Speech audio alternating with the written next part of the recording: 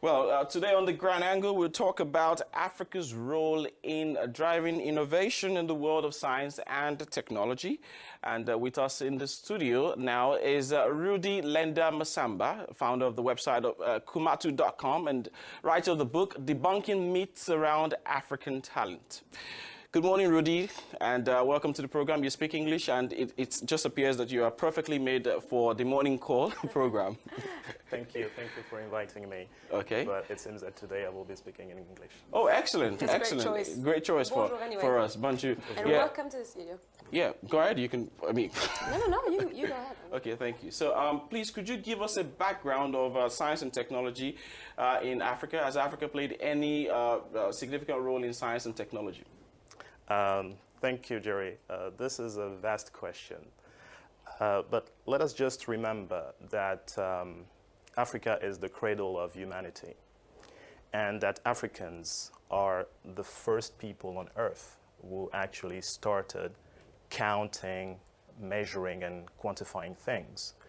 And the Lebombo bone, which is 35,000 years old, is the oldest instrument that was found in Tanzania, and it has 29 markings that actually show that it was used to track the lunar cycle. So this is to say that Africans for more than 35 years or 35 years ago were actually new geometry, astronomy, and this is our legacy to science and technology. Alors, Rudy, d'après ce que vous venez de nous expliquer, Rudy, from what you have said, it means there's a lot that is unknown as regards for Africa's role in science and technology. It would appear as though Africa is just at the receiving end to receive and make use of technologies.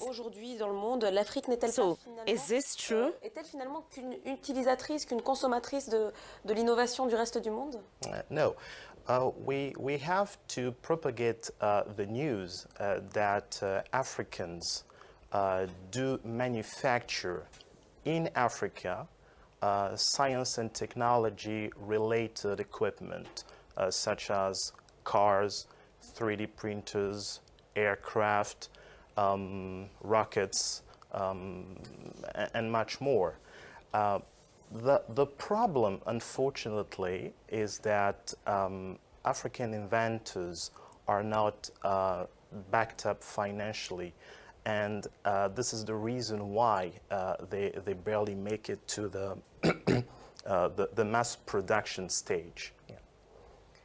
You say this is the reason why they barely make it to the mass production stage. Well, from your book, Debunking Myths Around African Talent, this is your book here, here with us. You say that Africa has talent, and that you also talk about its mineral resources being used for software development and other manufacturing purposes. Could you tell us more about this?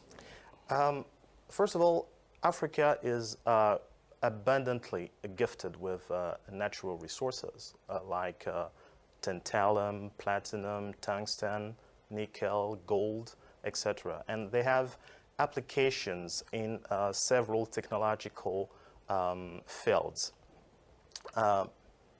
What we need to understand is that technology firms cannot manufacture phones or tablets without minerals. And this is the reason why we have in Africa to also transform our natural resources locally, because in Africa and in the diaspora, we have talents who know how to do it. And all that they want is that we start trusting their genius. Alors pour terminer, Rudy, comment l'Afrique peut-elle être... Finally, how best can Africa be at the forefront of not just manufacturing now, but in science and technology, and in driving change and innovation across various fields in this age of rapid technological advancements? Et la concurrence est très rude à travers le monde. That's a very good question. I think that competitive education is competitive education in science and technology related fields is one of the first things that we should do in Africa. But in the meantime, I think it's important to gather African talents who have already developed and manufactured outstanding inventions and innovations in modern research and development centers. With proper funding, it will then be possible to mass produce their inventions, but in assembly lines manufactured by Africans and in Africa, so as to limit the importation of capital goods.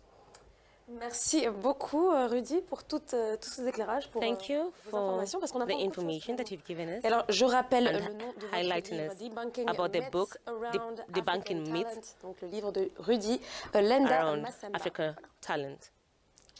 Merci beaucoup. It was my pleasure. Thank you for inviting me. It was short, but then I know the conversation could go on and on and on and on. But then it was nice for having you on the program. You know. Thank you again for inviting me. All right. Thank you for sharing.